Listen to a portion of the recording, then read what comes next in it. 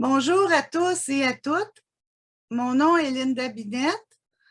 Je suis chimiste et docteur en sciences de l'éducation. J'ai déjà écrit 2 livres qui sont sur le marché. Le premier s'intitule « 3 défis contemporains, production et sources d'énergie, les changements climatiques, la pollution de l'air à l'échelle mondiale ». C'est moi qui fus l'éditrice de ce livre. Celui-ci est désormais disponible dans les librairies du Québec sur demande et aussi sur Amazon Kindle. Tout récemment, j'ai écrit un 2e livre, cette fois-ci avec les éditions de l'Apothéose, et il s'intitule « Covido, le pangolin ».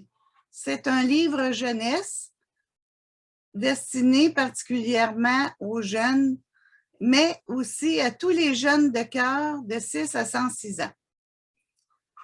Celui-ci est disponible dans les librairies du Québec et aussi un EPUB est disponible en version numérique. Dernièrement, le 25 avril, j'ai fait le lancement virtuel de ce livre avec une plateforme Zoom. Plusieurs personnes, n'ayant pu y assister, m'ont demandé s'il était possible de regarder à nouveau le Zoom. Donc, j'ai pris une partie qui avait été préenregistrée et je vous la présente maintenant sur la chaîne YouTube. Je vous remercie beaucoup de votre intérêt et j'espère que vous aurez de l'agrément à écouter cette vidéo que j'ai enregistrée concernant le livre Covido, le pangolin. Merci, à bientôt. Bonjour tout le monde.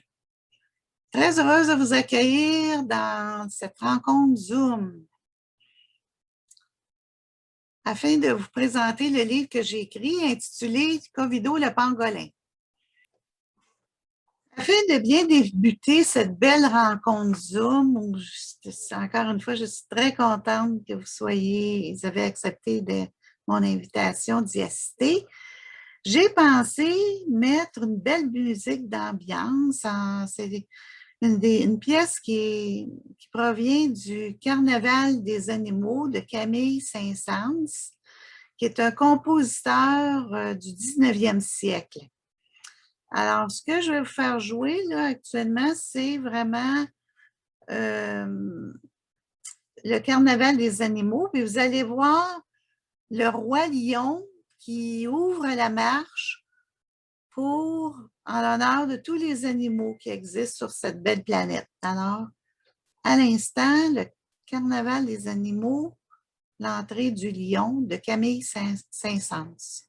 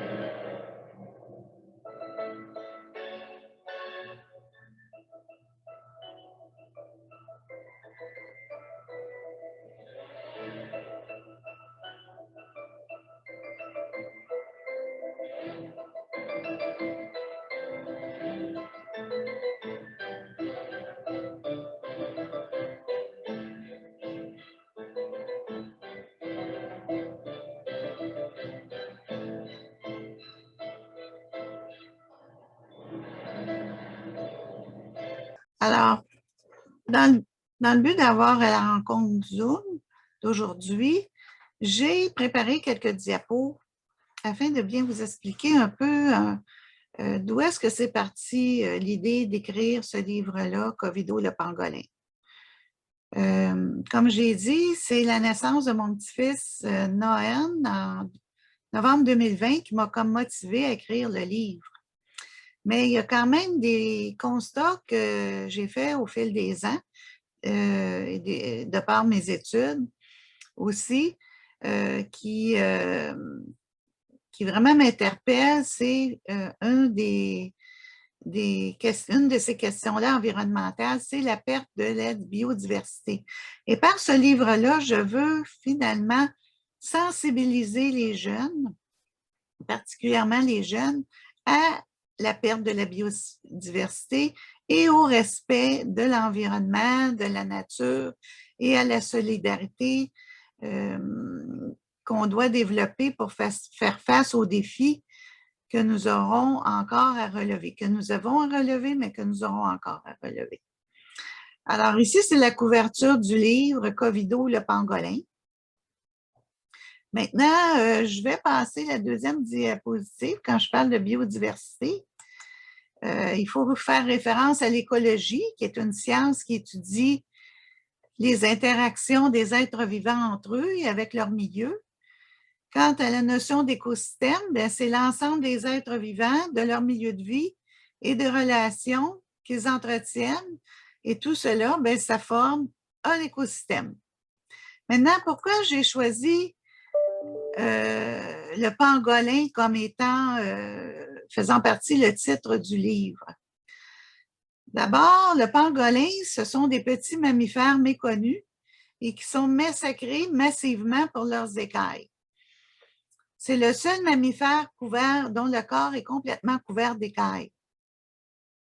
Ils sont chassés à travers le monde. On dit qu'il y avait 900 000 pangolins qui ont été tués massivement au fil des ans à travers 2 décennies de temps, autrement dit 20 ans. On a perdu 900 000 pangolins. Ils sont chassés principalement pour leur viande. Il y a 4 espèces de pangolins. Il y en a en Asie, puis il y en a en Afrique. En plus, en médecine chinoise, leurs écailles sont broyées et on fait une poudre avec ces écailles et pour traiter toutes sortes de problèmes de santé et même on dit que la poudre de ces écailles-là aurait un effet anti-inflammatoire, aurait des propriétés aphrodisiaques. On leur prête beaucoup de vertus. Alors, il y a un commerce de milliards et de milliards de dollars dû à ce petit mammifère-là, dû aux écailles de ce petit mammifère. Maintenant, ça ici, c'est un article qui est en mars 2020, au tout début de la pandémie, qui était sorti de la part de l'Université Laval, qui disait que possiblement, il y aurait un transfert du coronavirus, d'où l'origine du coronavirus. Il est possible que ce soit un transfert. D'abord, on sait à peu près certain que ce sont les chauves-souris qui sont des grands réservoirs de virus, mais le virus ne peut pas passer directement de la chauve-souris à l'humain. Alors, ça prend un mammifère intermédiaire et on pensait au début que c'était le pangolin, puisqu'on a détecté le SARS-CoV-2 est fortement apparenté à un coronavirus qui affecte les chauves-souris et qu'on a retrouvé un degré de similitude dépassant 95% aussi. On dit, par exemple, 89% maintenant au niveau du pangolin, que certains de ces virus-là seraient apparus dans le génome, détectés dans le génome du pangolin.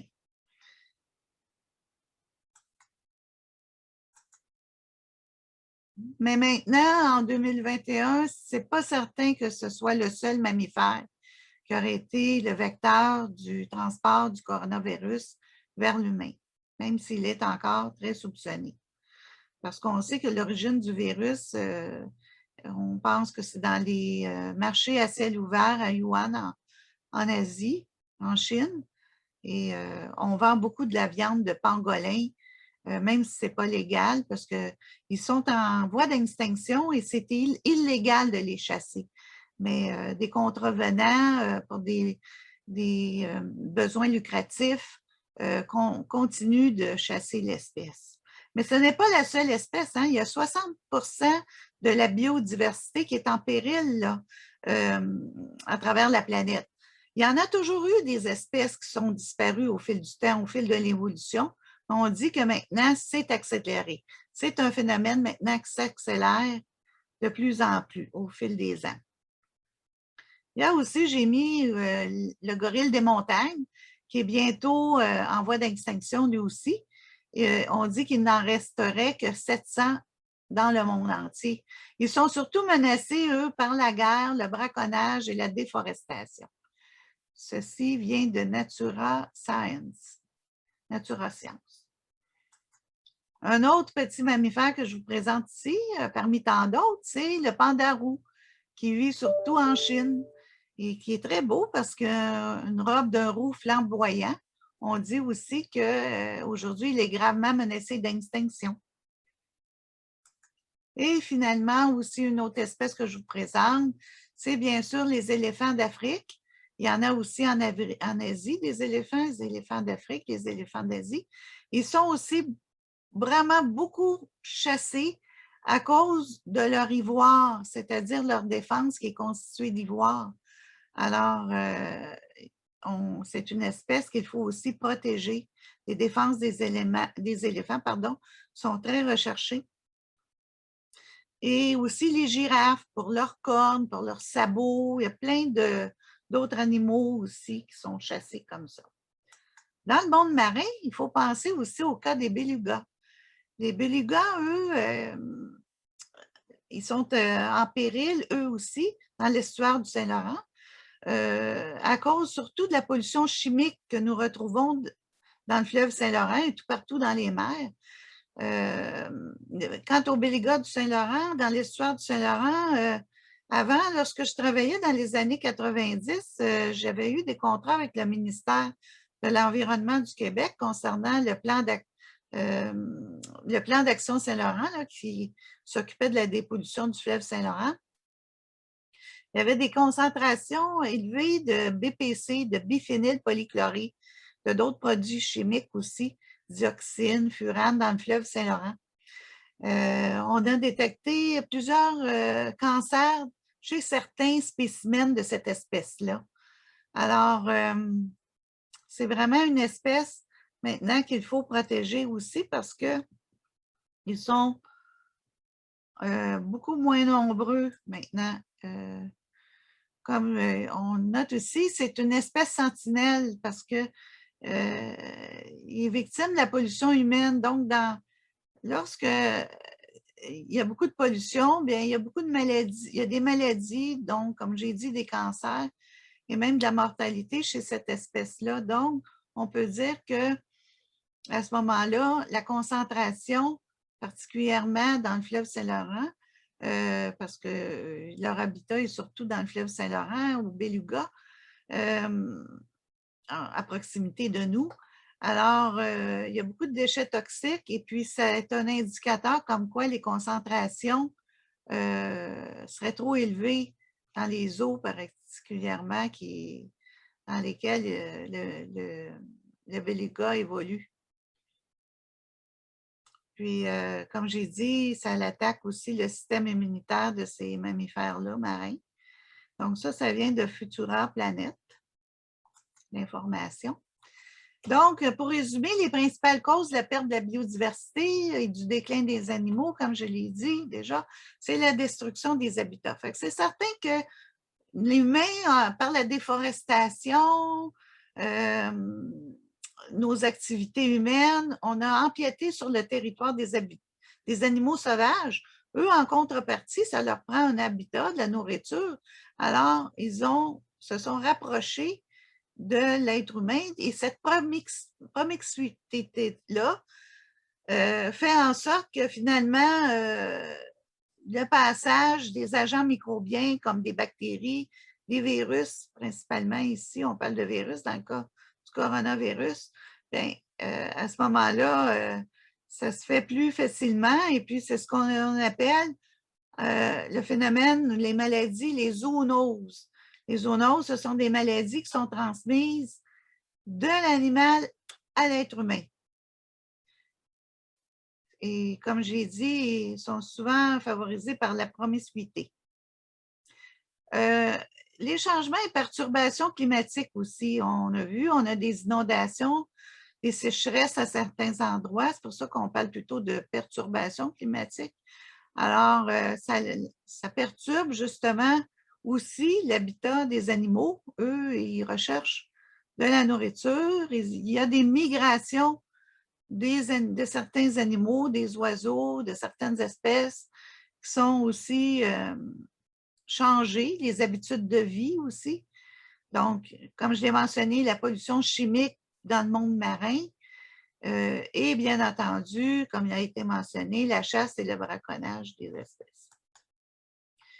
Donc, il y a vraiment des équilibres à respecter dans le monde végétal, le monde animal, les insectes et aussi l'être humain. Les insectes, on pense aux insectes, j'ai mis les diapos, c'est qu'il y a 10% aussi des insectes qui sont menacés aussi par la pollution, sont menacés d'extinction. Puis il y a certains insectes qui sont très utiles, on pense aux abeilles, la pollinisation pour nous assurer, nous fournir en fruits et en légumes est essentielle et se fait surtout par le monde des insectes. Donc, le monde animal, sauver le monde animal. Puis, on revient à, oui, le monde animal, et on revient finalement, je reviens toujours aux valeurs. Et j'ai axé beaucoup sur, pour la jeunesse particulièrement, à l'adoption de valeurs. Quand je parle de valeurs, il y en a beaucoup de valeurs qu'on devrait cultiver chez les jeunes et même chez les moins jeunes. On peut changer certaines habitudes de vie, par exemple de surconsommation à outrance, qui peuvent faire du mal aux ressources naturelles et même, par ricochet, à l'espèce humaine. Alors, mais les valeurs aussi essentielles que j'ai mis dans l'avant dans le livre, entre autres, c'est le respect de soi, le respect des autres et le respect de la nature. Tout forme un tout dans la nature, tout est lié. Donc, si on se fait du mal aux animaux, si on fait du mal aux plantes, bien, tout se tient et c'est finalement à l'humain qu'on fait du mal aussi. Alors, je crois que pour faire face aux défis de demain et même des défis que nous vivons actuellement, c'est d'amener les jeunes et les moins jeunes aux décideurs et les acteurs de demain principalement, et même d'aujourd'hui, parce que nous sommes actuellement concernés par certains défis, c'est de trouver, de miser sur la créativité pour finalement en arriver à préserver la planète, de changer certaines habitudes de vie, comme j'ai dit, et je reviens toujours sur les valeurs et sur l'équilibre, les équilibres qui sont nécessaires à préserver. Ce n'est pas, je ne dis pas d'entraver toute croissance économique quand je dis ça. Loin de là, ça prend une croissance économique. Mais quand la croissance économique va empiéter sur finalement la préservation des ressources naturelles, la préservation du bien-être de l'humain, et là, il faut rectifier le tir. Et souvent, au départ, je ne crois pas que ce qui a été fait dans le passé, c'était toujours de mauvaise foi, parce qu'il y avait, voyez-vous, juste au niveau de la toxicité des produits chimiques, j'ai une formation en toxicologie aussi, puis je peux vous dire que le département de toxicologie, ça ne date pas de 50 ans là, qui a été créé à l'Université de Montréal, qu'on s'intéresse aux effets des toxiques sur l'environnement et sur la santé humaine. C'est tout récent qu'on a découvert des liens entre ces aspects-là. Alors, je reviens pour finir le Zoom, la présentation, mais on va échanger maintenant. Si vous avez des questions, des commentaires, je dois encore dire que le livre vraiment finit par une note d'espoir. Je ne veux pas qu'on pense que c'est un livre pour démoraliser les jeunes, surtout les jeunes, c'est l'espoir de demain. Donc, finalement, mais une conscientisation par rapport à la perte de biodiversité, à l'émergence ou à la valorisation de certaines attitudes et certaines valeurs, comme j'ai dit, pour maintenir et restaurer les équilibres qui ont été détruits. C'est une conscientisation, mais ça finit par une note d'espoir. Alors, c'était la présentation de mon livre Covido le pangolin, mais je voulais vous dire, comme je l'ai dit, un peu d'où est-ce que c'est parti, là, ce projet-là. Alors, encore une fois, je tiens à vous remercier d'avoir assisté au Zoom, d'avoir accepté mon invitation. Puis maintenant, je vais vous dire, bien honnêtement, j'avais fait l'enregistrement un petit peu d'avance parce que pour moi, le Zoom, là, à part d'assister puis de cliquer sur un bouton, mais c'est une nouvelle technologie que j'apprivoise lentement, mais sûrement. Et puis maintenant, je vous remercie encore une fois. Ça me fait chaud au cœur de voir tout le monde qui ont accepté l'invitation. Et puis, on va partager ensemble sur si vous avez des questions, des commentaires sur ce que j'ai présenté ou même sur le livre ou autre chose. Je vous remercie.